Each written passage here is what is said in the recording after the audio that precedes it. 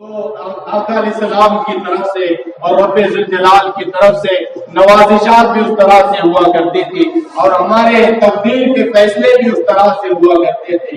اور ہمارے اندر کوئی چیز ایسی نہیں ہے کہ جسے دیکھ کر غیر متاثر ہو سکے اور جسے دیکھ کر ایک غیر جو ہے کلمہ پڑھ سکے، سب کچھ ہم نے چھوڑ دیا ہے۔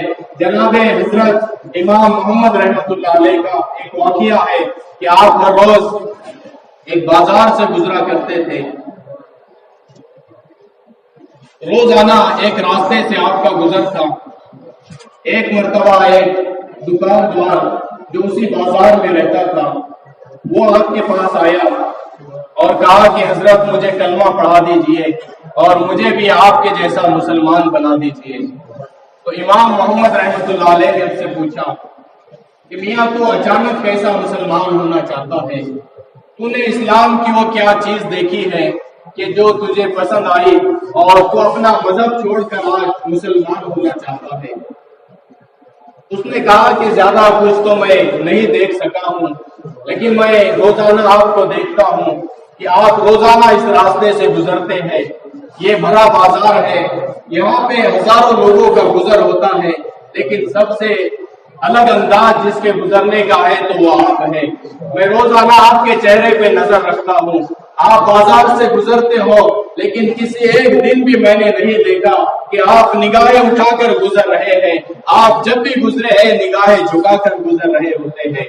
آپ ہمیشہ بازار سے نیچی نظر کر کے گزرتے ہیں۔ بس یہی آپ کا انداز مجھے بھا گیا ہے، مجھے یہی ہے آپ کا انداز پسند آیا ہے اور میں اسی انداز کی وجہ سے کلمہ پڑھ کے مسلمان ہونا چاہتا ہوں۔ عزیزان گرامی قدرت، ہمارے اندر کون سی عادت ہے، ہمارے اندر ایسی کون سی خصلت ہے، ہمارے اندر وہ کون سے جذبے ہے کہ جسے دیکھ کر آج غیر مسلمان ہونے کے جذبے پیدا کرے اور مسلمان ہونا چاہے۔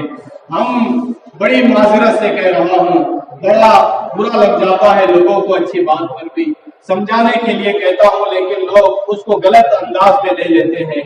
مجھے بتاؤ کہ آج ہمارے اندر کون سی چیز ہے کہ جس کی وجہ سے ہم مسلمان نظر آتے ہیں؟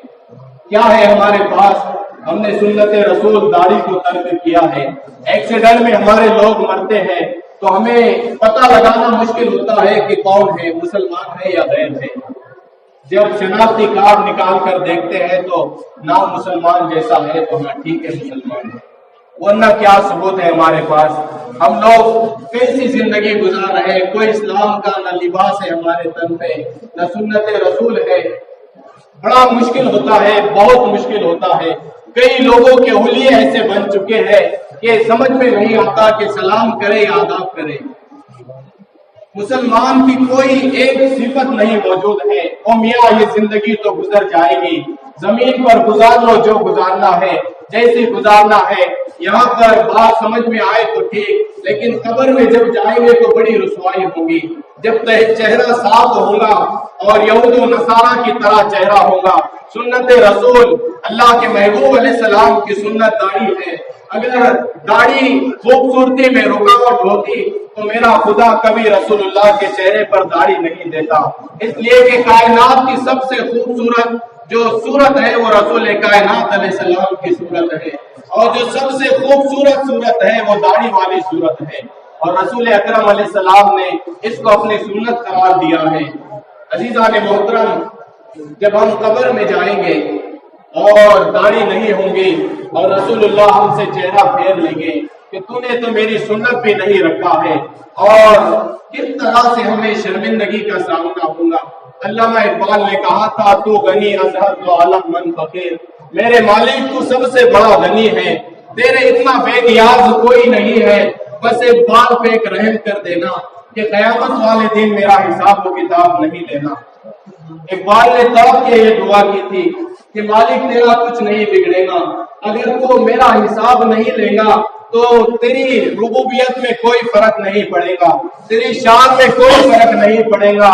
تو غنی از ہر دو عالم من فقیر، تو دونوں عالم کا غنی ہے، اور تیرے سے بڑھ کر کوئی غنا کی دولت کا مالک نہیں ہے، تجھ سے بڑا بے نیاز کوئی نہیں ہے۔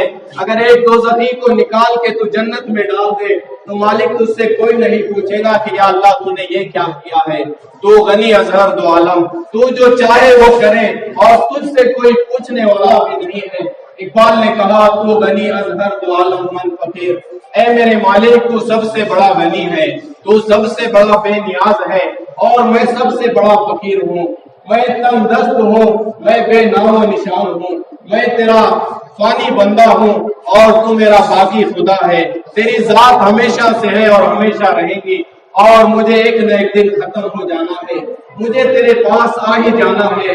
قیامت کا دن ہوگا، ساری مخلوق کھڑی ہوں گی اور چپے چپے کے لوگ ایک ہی دربار میں کھڑے ہوں گے اور محشر کا میدان ہوگا، کوئی ایک انسان بھی نہیں ہوگا جو محشر کے میدان سے باہر ہو۔ تو میرے مالک اتنے لوگوں کے سامنے میرا حساب نہ لینا، اور اگر میرا حساب لینا منظور ہی ہوا اور میرا حساب لینا اگر ضروری ہی ہوا تو پھر رسول اللہ کی نظروں سے چھپا کر میرا حساب لینا، کہ میں رسول خدا کا سامنا نہیں کر سکتا ہوں۔ عزیزان محترم، ہمارے بزرگوں کے دلوں میں رسول اللہ صلی اللہ علیہ وسلم کا عشق اور حضور سے شرمندگی اور آقا علیہ السلام کا حیا اتنا تھا کہ حضور کے دربار میں اور اللہ کے محبوب علیہ السلام کے سامنا کرنے سے بھی ڈرتے تھے کہ کیسے میں ان کا سامنا کروں گا۔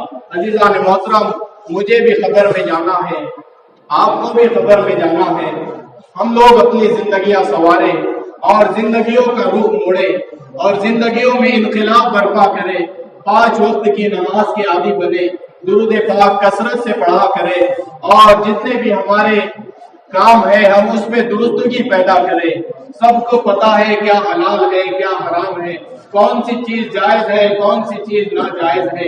مختصر سی زندگی ہے، اس میں جو ہے ہم لوگ اگر آج سدھار پیدا کر لیں گے تو جس کی زندگی میں نیکی آ گئی وہ کامیاب ہو گیا، جس نے زندگی سنوار لیا وہ کامیاب ہو گیا، اور جس نے اپنی آخرت کے معاملات کو ٹھیک کر لیا تو اس نے بس ٹھیک کر لیا، ورنہ چلے تو سب کو جانا ہے۔ آج میں گفتگو کر رہا ہوں، بار بار سمجھانے کی کوشش کر رہا ہوں، مجھے بتاؤ میرا کیا فائدہ ہے، مجھے کیا ملنے والا ہے، مجھے تم سے کیا امید ہے، میں کیا مانگنے والا ہوں تم سے، کیا لالچ کر سکتا ہوں۔ لیکن بات اس لیے کہتا ہوں کہ میرا وطن عشق رسالت کی آگ میں جلتا رہے، غیروں کی آگ میں نہیں بلکہ حضور کی محبت میں جلتا رہے۔ بڑا ڈر ہوتا ہے اور وطن کے حالات دیکھ کر بڑا افسوس ہوتا ہے کہ مالک تو نے اس وطن میں ہمیں کام کرنے کی ذمہ داری دی ہے اور یہ مسلح ہمارے حوالے کیا ہے، تو کہیں قیامت والے دن ہم ہی نہ پھنس جائے کہ کیوں تمہارے دور میں اس میں لوگ بگڑتے رہے۔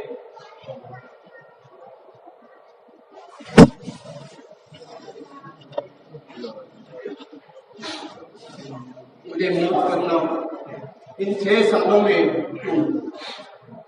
میں نے بڑی دشمنیاں کھول لی ہیں، بڑے کاروباروں کے خلاف کہا ہے، حلال حرام کے خلاف کہا ہے، لوگ دشمن ہوتے رہے لیکن میں حق بات پہنچاتا رہا، اس وجہ سے کہ کہیں رسول اللہ ناراض نہ ہو جائے۔ مجھے آپ سے کیا امید ہے اور میں کیا مانگ سکتا ہوں آپ سے، میں اپنے سارے کام کا بدلہ رسول اللہ سے مانگوں گا، اور قیامت والے دن اس کا بدلہ بس حضور سے مانگنا چاہیے۔ لیکن قیامت والے دن مجھے کہیں یہ محسوس نہ ہو کہ ہمیں یہ بات کہہ کر دھتکار دیا جائے کہ تم اس وطن میں جیا کرتے تھے جہاں پر یہ سارے کام ہو رہے تھے، کیا نہیں ہو رہا میرے وطن میں؟ زنا عام ہو رہا ہے، بدکاری عام ہو رہی ہے، جو قوم لوط پہ عذاب آیا تھا وہ کام بھی میرے وطن میں جاری ہے۔ 80% لوگ جو ہے حلال حرام کی تمیز کیے بغیر زندگی گزارتے ہیں، بات اگر سمجھائی جائے تو لوگ دشمن بنتے ہیں۔ عزیزان محترم، یہ جو دین کا کام کرنے والے ہیں، جو رسول اللہ کی خاطر آج حضور کا دین آپ لوگوں تک پہنچاتے ہیں، تو آپ لوگ ان کی مخالفت نہ کیا کریں۔ جو بھی کام کرنے والے ہیں، میں ہی کیا، جو بھی آقا علیہ السلام کا دین کا کام کرتے ہیں، بڑے کم لوگ رہ چکے ہیں، گزر گئے وہ لوگ جن کے دلوں میں جذبے تھے اسلام کے کام کرنے کے۔ بڑے تھوڑے لوگ ہیں، بہت تھوڑے لوگ ہیں۔ مدارس دن بدن بند ہوتے جا رہے ہیں، لوگ اپنی اولاد کو پڑھانا بند کر دیے ہیں، مدرسوں میں لوگ بچوں کو نہیں ڈالتے ہیں۔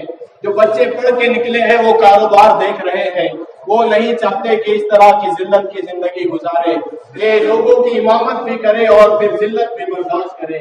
آئندہ دنوں میں پھر مصلے خالی ہو جائیں گے۔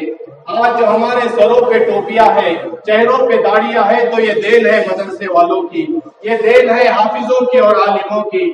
جب یہ لوگ آنا ختم ہو جائیں گے اور یہ سب کے سب کاروبار کرنے لگیں گے تو مجھے بتاؤ پھر کون سمجھانے والا ہوگا، کون جو ہے سدھارنے والا ہوگا۔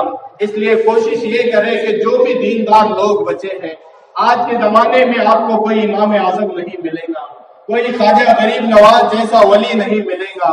جتنے اچھے لوگ تھے سب گزرتے جا رہے ہیں، اور جتنے بڑے بڑے پیران اعظام علماء کرام تھے وہ سارے جو ہے کرسیاں خالی کر رہے، اور جس کی کرسی خالی ہو گئی، جس کی مسند خالی ہو گئی، اس کے پائے کا انسان ملتا نہیں ہے اور اتنا کام کرنے والا انسان نہیں ملتا ہے۔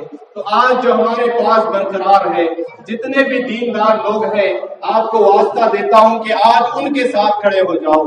جتنے دیندار ہیں، جتنا دین کا کام کرنے والے ہیں، اگر آج ان کے ساتھ کھڑے ہو گئے تو یہ بڑی بہتری ہے، اور آج اگر ان کا بھی ساتھ نہ دیا تو بعد میں یہ بھی نہیں ملنے والے ہیں، یہ بھی ختم ہو جائیں گے اور ان کے بعد بڑا دشوار ہوگا۔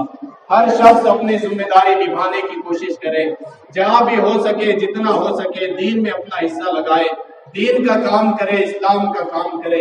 اللہ رب العزت مسلمانوں پر رحم فرمائے۔ جہاں جہاں مسلمانوں کے خلاف آوازیں اٹھ رہی ہے، مسلمانوں کے خلاف، مساجد کے خلاف، دیکھیے آپ حالات کتنے خراب ہیں، جگہ جگہ مساجد میں آگ لگی ہے، مسلمانوں کو ذلت کی زندگی گزارنی پڑ رہی۔ عزیزان محترم، یہ سب حالات کو دیکھ کر دعا کے ساتھ ساتھ ہم جو ہے اپنے آپ میں سدھار پیدا کریں۔ ہم پہلے سچے مسلمان تو بن جائے، اس کے بعد انشاءاللہ مدد ضرور آئیں گی۔ اللہ رب العزت حالات میں درستگی عطا فرمائے اور ہم سب کو آسانیاں عطا فرمائے اور آسانیاں بانٹنے کی توفیق عطا فرمائے۔